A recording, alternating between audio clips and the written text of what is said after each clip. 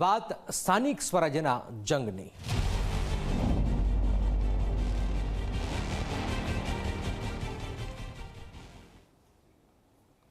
વલસાડ નગરપાલિકાની ચૂંટણી જાહેર થઈ ગઈ છે। પાલિકામાં સત્તા મેળવવા ભાજપ કોંગ્રેસે તૈયારીઓ શરૂ કરી છે। વલસાડ નગરપાલિકામાં હાલમાં વહીવટદારનું શાસન છે। નવા શાસકો પાસે જનતાને છે અનેક આશાઓ। રસ્તા, પાણી, ગટરને લગતી સમસ્યાઓ દૂર કરવાની સ્થાનિકોએ માંગ કરી છે। સ્થાનિક સ્વરાજની ચૂંટણી જાહેર થઈ ચૂકી છે, ત્યારે વલસાડ જિલ્લાની જો વાત કરીએ તો વલસાડ જિલ્લામાં 3 જેટલી નગરપાલિકાની ચૂંટણી યોજાનાર છે। તેને લઈને જે વલસાડ શહેરના લોકો છે, વલસાડ શહેરના લોકો આવનારા જે નવા પ્રમુખ અને જે નવા સભ્યો છે તેઓ પાસે શું ઈચ્છી રહ્યા છે તેમના પાસેથી જાણીશું। સૌથી પહેલાં જી અંકલ, જે રીતે નગરપાલિકાની ચૂંટણી જાહેર થઈ ગઈ છે, નવા જે સભ્યો અને જે નવા પ્રમુખ પાસે શું આશા?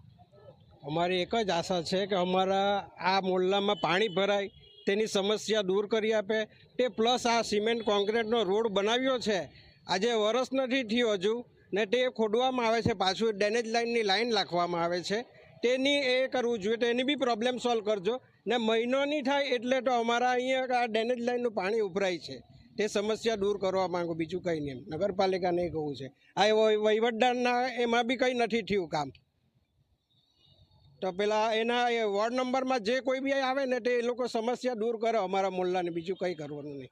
આ દાદામાં પાણી ભરાય છે, દાદાના મંદિરમાં બી, તે સમસ્યા દૂર કરો, બીજું કંઈ।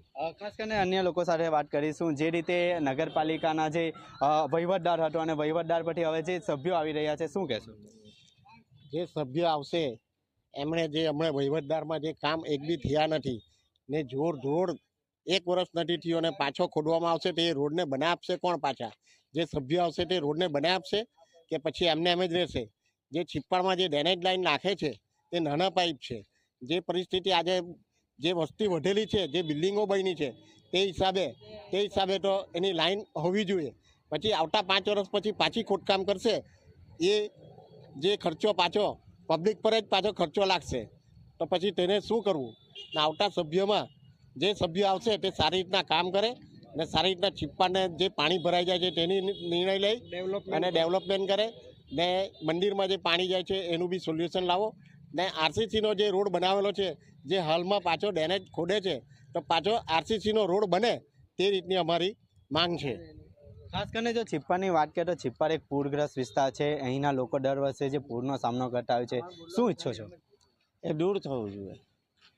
અમારે એ જ કહેવું છે કે અમારા બી ઘરમાં પાણી ભરાઈ જાય છે, દર વખતે 2 ફૂટ પાણી આવી જાય, એને કોઈ સમસ્યા કરો। ગટર બી બધી બંધ છે, બંધ ગટર છે બધી, કોઈ સાફ થતી નથી। 3 ફૂટનો અંતર રાખે, માણસોને કહે તો કે અમે અંદર કઈ રીતના ઘૂસવાનું, કંઈ વ્યવસ્થા જ નથી।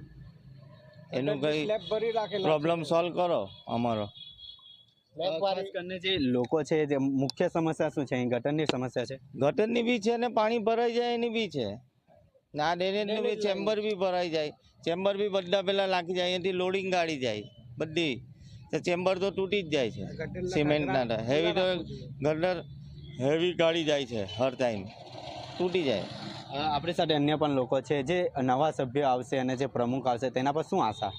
આશા એક જ છે કે જે ચોમાસાની અંદર જે પાણી ઘરમાં ભરાઈ જાય છે, દુકાનોમાં ભરાઈ જાય છે, એની સમસ્યા દૂર કરવી જોઈએ। અહીંયા છિપ્પાડમાં કોઈ પણ જાતની ગટર યોજના નથી અને ડેનેજ લાઇનની બી કોઈ સગવડ નથી ને અત્યારે જે ડેનેજ લાઇન નાખે છે એ કંઈ કામની નથી। પાઇપ નાના નાખે છે, એ જરૂરી જ નથી, મોટા નાખો તો સારું। ખાસ કરીને જો છિપ્પાડના જે રહીશો છે તેઓની એક જ માંગ છે કે જે છિપ્પાડ વિસ્તાર છે ત્યાં આગળ પાણી ભરાઈ જતું હોય છે।